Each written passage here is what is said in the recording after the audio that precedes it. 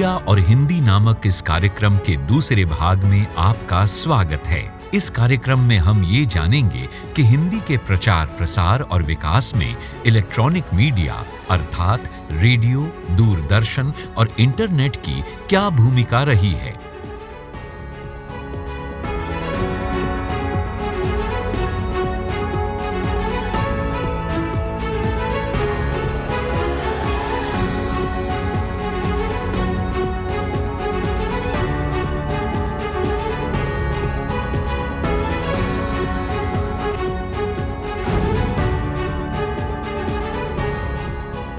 नमस्कार मित्रों, राष्ट्रीय और अंतर्राष्ट्रीय फलक पर हिंदी को लोकप्रिय बनाने में रेडियो की महत्वपूर्ण भूमिका रही है।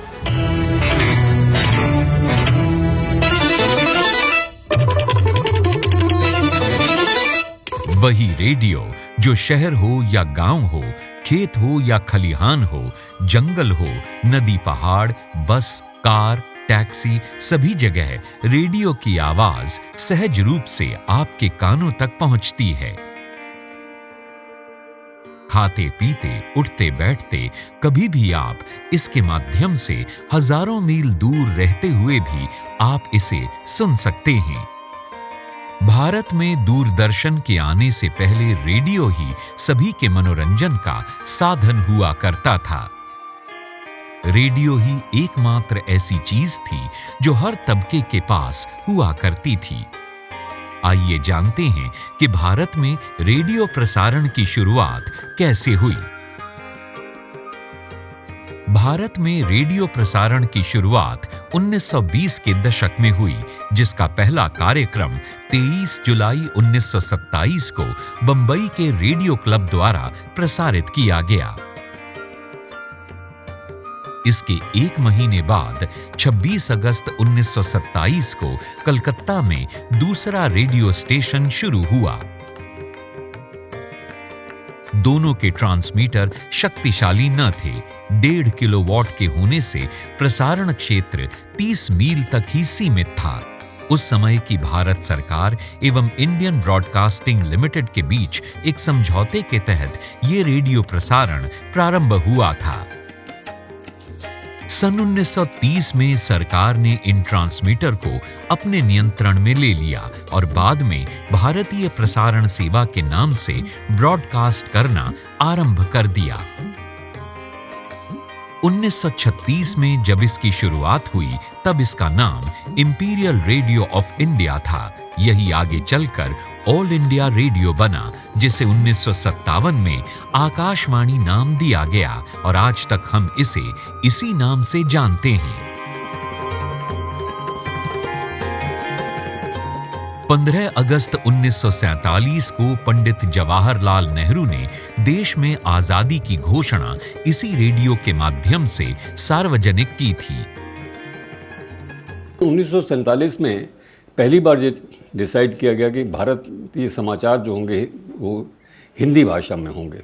उससे पहले जो समाचार होते थे वो हिंदुस्तानी कहलाते थे और इसको मद्देनज़र रखते हुए एक हिंदी समाचार एकांश बनाया गया, जिसमें हरिवंश राय बच्चन, डॉक्टर नगेंद्र और सच्चिदानंद वात्स्यायन अज्ञेय की को एक कहा गया कि वो हिंदी का सरलीकरण करें जो कि समाचार बुलेटिनों में इस्तेमाल हो सके।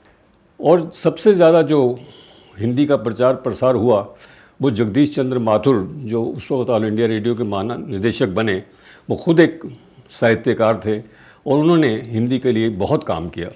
उन्होंने दुष्यंत कुमार, कमलेश्वर के अलावा जो बड़े नाम थे, सुमित्रा नंदन पंत, अमृतलाल नागर, भगवती चरण वर्मा, इन लोगों को रेडियो से जोड़ा। ये सब लोग हिंदी के जाने माने नाम थे। उन्होंने आकाशवाणी में इस प्रचार प्रसार के अंदर बहुत महत्वपूर्ण भूमिका निभाई। देश के आजाद होने के बाद रेडियो का तेजी से विकास हुआ। नेताजी सुभाष चंद्र बोस का नारा "तुम मुझे खून दो, मैं तुम्हें आजादी दूंगा" रेडियो के द्वारा ही जर्मनी से प्रसारित किया गया था। इस तरह देखें तो रेडियो ने भारत की आजादी में अहम भूमिका निभाई थी और कई इनकलाबी नारे और संबोधन इसी रेडियो के माध्यम से ही दिए गए थे।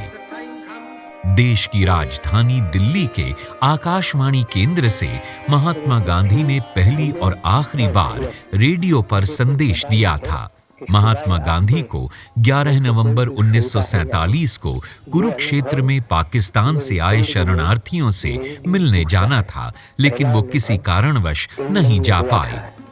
जब मैं राउंड टेबल कॉन्फ्रेंस में गया, मुझको पता ही नहीं था कि मुझको इस तरह से कुछ बोलना है।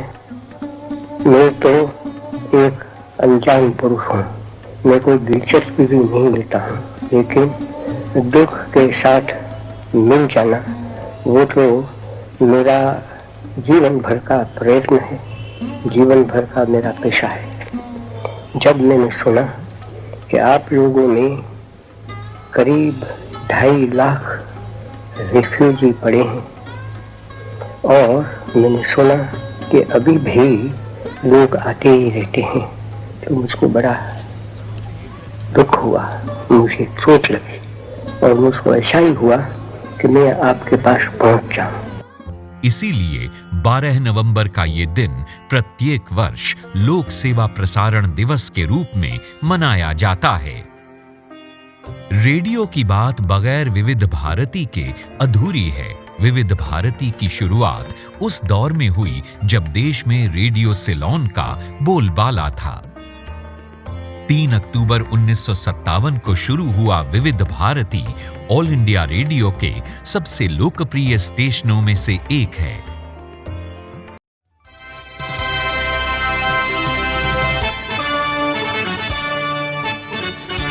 आहा, आपका जाना पहचाना संगीत गूंजा। अमीन सायानी द्वारा प्रस्तुत किया जाने वाला बिना का गीत माला को इस रेडियो स्टेशन के सबसे ज्यादा लोकप्रिय कार्यक्रमों में से एक माना जाता है। कभी रेडियो सिलोन पर आने वाले इस कार्यक्रम का प्रसारण 1989 के बाद से विविध भारती पर होने लगा। इसके अलावा विविध भारती पर जयमाला, छाया गीत, हवा महल, संगीत सरिता, हेलो फरमाइश जैसे लोकप्रिय कार्यक्रम प्रसारित होते रहते हैं। टेलीविजन के आने के बाद शहरों में जब रेडियो के श्रोता कम हुए तो एफएम रेडियो ने उन्हें एक बार फिर से रेडियो से जोड़ा। 1977 में एफएम रेडियो का सर्वप्रथम प्रसारण मद्रास रेडियो से हुआ। इसके बाद 1993 से निजी कंपनियों को लीज पर टाइम स्लॉट देने की शुरुआत हुई। 15 अगस्त 1993 में मुंबई से स्वतंत्र आज अनेक एफएम चैनल सक्रिय और लोकप्रिय भी हैं।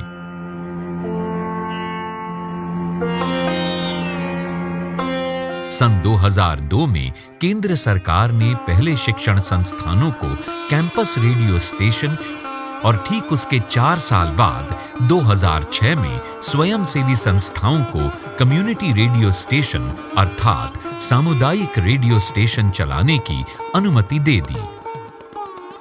तब से लेकर अब तक देश भर में सैकड़ों की संख्या में विभिन्न भाषाओं के कम्युनिटी रेडियो खुल चुके हैं।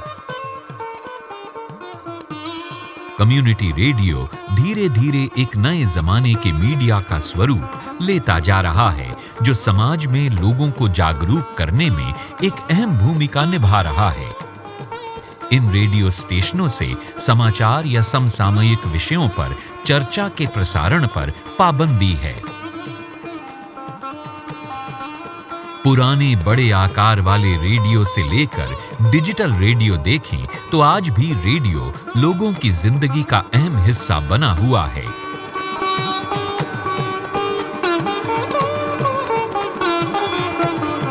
रेडियो के माध्यम से आज देश दुनिया में तमाम भाषाओं के कार्यक्रम प्रस्तुत किए जा रहे हैं, लेकिन बात करें हिंदी की तो ये दोनों ही मानो एक दूसरे के पूरक से बन गए हैं।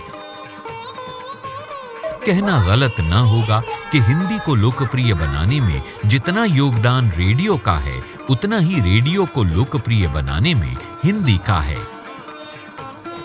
जिंदगी में दृश्य और श्रव्य का सबसे अधिक प्रभाव पड़ता है। यही कारण है कि दूरदर्शन से लेकर अन्य निजी टीवी चैनलों के कार्यक्रमों ने हिंदी को जनप्रिय बनाने में काफी योगदान दिया। 90 के दशक के बाद जिस तरह मनोरंजन और समाचार के निजी उपग्रह चैनलों की संख्या तेजी से बढ़ी है, उससे हिंदी को खूब विस्तार मिला है। भारत में टीवी की शुरुआत 15 सितंबर 1959 में हुई थी। फिलिप्स कंपनी ने दिल्ली की एक प्रदर्शनी में इसे पहली बार भारत में लोगों के सामने प्रस्तुत किया था। शुरुआत में इसका प्रयोग स्कूली बच्चों की शिक्षा के उद्देश्य को सामने रखकर किया गया। पहले सप्ताह में 2 दिन 1-1 घंटे का कार्यक्रम प्रस्तुत किया जाता था। 1961 में बाकायदा एसटीवी यानी स्कूल टेलीविजन की शुरुआत की गई, जिसका उद्देश्य दिल्ली के विज्ञान शिक्षकों को ट्रेनिंग देना था। लेकिन 1965 से 1 घंटे का नियमित प्रसारण प्रारंभ हुआ, जिसमें समाचार का बुलेटिन भी प्रसारित हुआ करता था। समय के साथ टीवी पर कई कार्यक्रमों का जुड़ाव हुआ है, जैसे 26 जनवरी 1967 को पहले ग्रामीण कार्यक्रम कृषि दर्शन की शुरुआत हुई, तो वहीं 15 अगस्त 1982 को टेलीविजन पर श्वेत श्याम की जगह रंगीन प्रसारण प्रारंभ किया गया।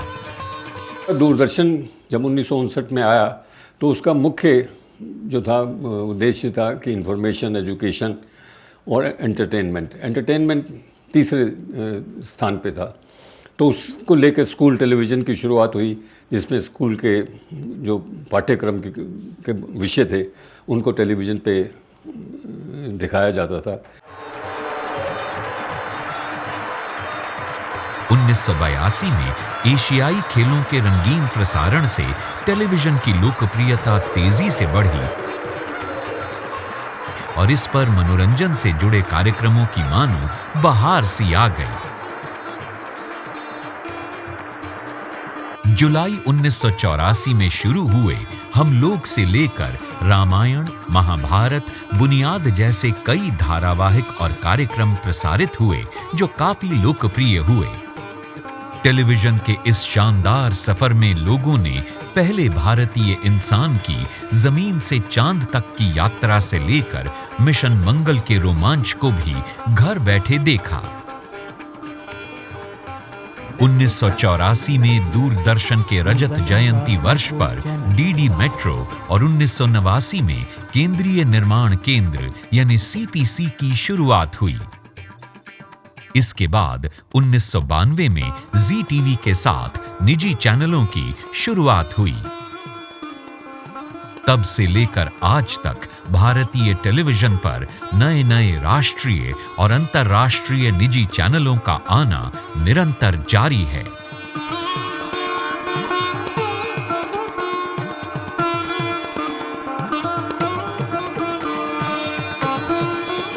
लोगों के घरों के ड्राइंग रूम की शोभा बढ़ाने वाला टीवी आज उपग्रह के जरिए न सिर्फ देश दुनिया की खबर लोगों को हिंदी भाषा में पहुंचाता है, बल्कि इस पर आने वाले कार्यक्रमों की जो लोकप्रियता है, आकर्षण है, उसकी डोर में बंधे हुए लोग 7 समंदर पार से भारत में खिंचे चले आते हैं और यहीं की मिट्टी और भाषा के साथ घुल मिल जाते हैं।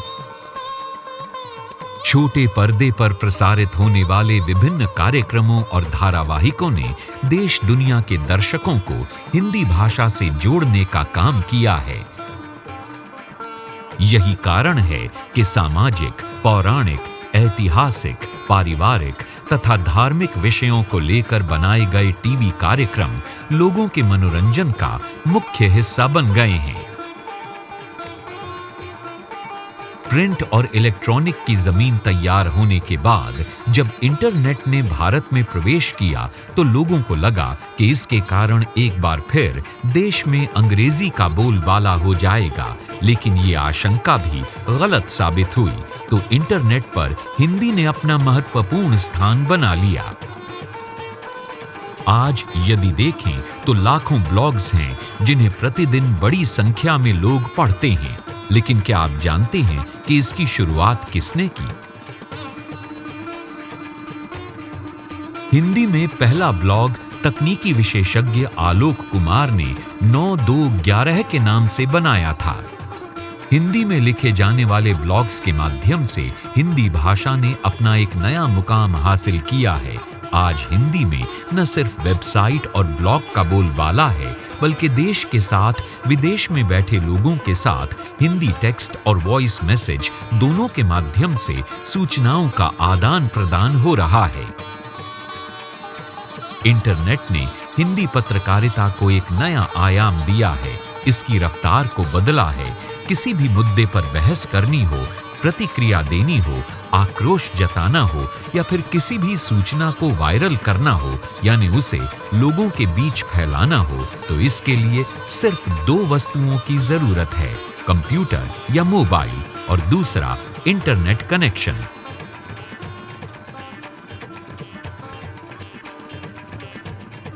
इंटरनेट और हिंदी के संगम ने हर व्यक्ति, हर व्यापार और हर क्षेत्र को एक नई गति दी है।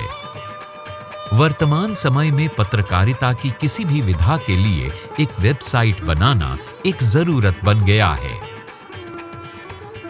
राष्ट्रीय और अंतर्राष्ट्रीय स्तर पर अनेक हिंदी समाचार पत्र अपनी वेबसाइट और ई-संस्करण के माध्यम से ऑनलाइन उपलब्ध हैं। 1995 में सबसे पहले चेन्नई से अंग्रेजी में प्रकाशित होने वाले हिंदू समाचार पत्र ने अपना ई-संस्करण निकाला था। आज लगभग सभी छोटे बड़े हिंदी समाचार पत्रों ने अपने ई-पेपर यानी इंटरनेट संस्करण निकाले हुए हैं। भारत में समाचार सेवा देने के लिए गूगल न्यूज, बीबीसी हिंदी, जागरण, वेब दुनिया, नवभारत टाइम्स, हिंदुस्तान, अमर उजाला, जनसत्ता आदि वेबसाइट हैं जो हिंदी भाषा में समाचार सेवा देती हैं। इंटरनेट के आ जाने के बाद सोशल मीडिया ने समाज पर अपने तरीके से प्रभाव डाला है।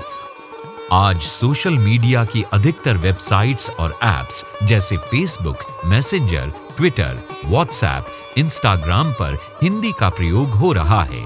फेसबुक और इंस्टाग्राम के माध्यम से हम देश विदेश के लोगों से मित्रता कर सकते हैं और उनसे अपनी भाषा में बातचीत कर सकते हैं।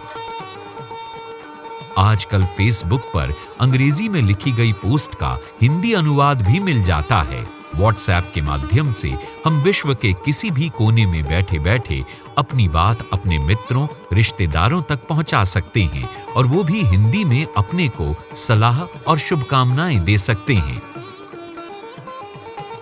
सोशल मीडिया एक ऐसा प्लेटफॉर्म है जहां हम अपनी बात हिंदी में दूसरों तक पहुंचा सकते हैं और दूसरों के विचारों को भी आसानी से जान सकते हैं। हिंदी की किताबें ऑनलाइन भी पढ़ सकते हैं। सोशल मीडिया के अन्य माध्यमों की तरह ट्विटर पर भी हिंदी तेजी से लोकप्रिय हो रही है।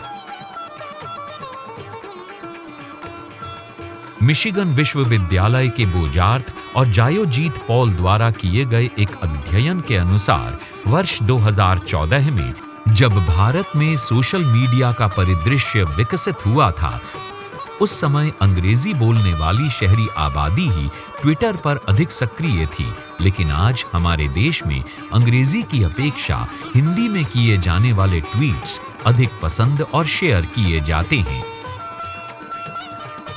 नेता हो, अभिनेता हो या आम आदमी, वे हिंदी में ट्वीट करके अपनी बात लोगों तक पहुंचा देते हैं। तकनीक के इस युग में लगभग हर व्यक्ति वेब मीडिया से जुड़ गया है। भले ही कोई तकनीकी रूप से सक्षम ना हो, लेकिन उसे अपने स्मार्ट मोबाइल फोन पर इंटरनेट को हैंडल करना, इंटरनेट का प्रयोग करना आ जाता है। यही कारण है कि इस माध्यम से वो सिर्फ खबर पढ़ता ही नहीं, वॉइस टेक्स्ट ऐप की मदद से खबर गढ़ता भी है और इसे वीडियो के जरिए देश दुनिया में वायरल करता है। सूचना प्रौद्योगिकी के आने के साथ ही न केवल भाषा बल्कि हमारी समूची संस्कृति के प्रचार प्रसार के लिए भी एक बहुत बड़ा प्लेटफॉर्म हमें उपलब्ध हुआ है। जहाँ तक सोशल मीडिया प्लेटफॉर्म्स की बात है और उस पर हिंदी के प्रचार प्रसार का मुद्दा है, तो ये बात तो जग जाहिर है कि वैश्विक रूप से अगर किसी तथ्य को, किसी सूचना को या किसी भाषा को पहुंचना है तो उसके लिए इस तरह के सोशल मीडिया के प्लेटफॉर्म्स जो कि अपनी वैश्विक पहुंच रखते हैं, उनका होना निहायत ज़रूरी है। आज मोबाइल रखने वाला हर शख्स सोशल मीडिया के विभिन्न प्लेटफॉर्म्स पर अपने विचारों को हिंदी भाषा में व्यक्त कर सकता है और अपनी समस्याओं से शासन प्रशासन को अवगत करा सकता है। भारत में सबसे ज्यादा बोली और समझी जाने वाली भाषा हिंदी है, जिसे देश के लगभग 77% लोग बोलते और समझते हैं। हिंदी भारत की उन 7 भाषाओं में से है जिनका प्रयोग वेब एड्रेस बनाने में किया जाता है। एक रिपोर्ट के अनुसार फेसबुक पर सक्रिय भारतीयों की संख्या लगभग 100 मिलियन और ट्विटर पर यह संख्या 33 मिलियन से अधिक है। व्हाट्सएप पर भी भारतीयों की संख्या सबसे अधिक बताई गई है। सुख दुख के संदेशों से लेकर सामान मंगवाने और जन आंदोलनों तक में इस प्लेटफॉर्म पर हिंदी का व्यापक प्रयोग किया जा रहा है। इंटरनेट के विभिन्न सर्च इंजन की बात करें, जहां लोग अपने मतलब, अपनी रुचि से संबंधित चीज की खोज करते हैं, वहां पर लगभग 30 से 35% चीजें आवाज के माध्यम से ढूंढी जाती हैं, जिसमें अंग्रेजी की अपेक्षा हिंदी भाषा का अधिक प्रयोग दिखाई देता है। मित्रों, वर्तमान युग हिंदी मीडिया का युग है। मीडिया और हिंदी दोनों ही एक दूसरे की जरूरत बन गए हैं। आज के दौर में जिस तरह हिंदी को अपने प्रसार के लिए मीडिया की जरूरत है, उसी तरह मीडिया को अपने विस्तार के लिए हिंदी की आवश्यकता है। इन सभी सार्थक प्रयासों के बीच हिंदी राजभाषा के बाद अब वैश्विक भाषा बनने की ओर तेजी से बढ़ रही है। ऐसे में हिंदी की इस समृद्धि, शक्ति और बढ़ते हुए कदमों को देखते हुए किसी भी हिंदी भाषी को गर्व हो सकता है। मीडिया और हिंदी नामक इस कार्यक्रम के दूसरे भाग में हमने हिंदी के प्रचार प्रसार और विकास में इलेक्ट्रॉनिक मीडिया की भूमिका के महत्वपूर्ण पहलुओं को जानने का प्रयास किया। आशा है कि ये जानकारी आपके लिए उपयोगी और ज्ञानवर्धक रही होगी। धन्यवाद। नमस्कार।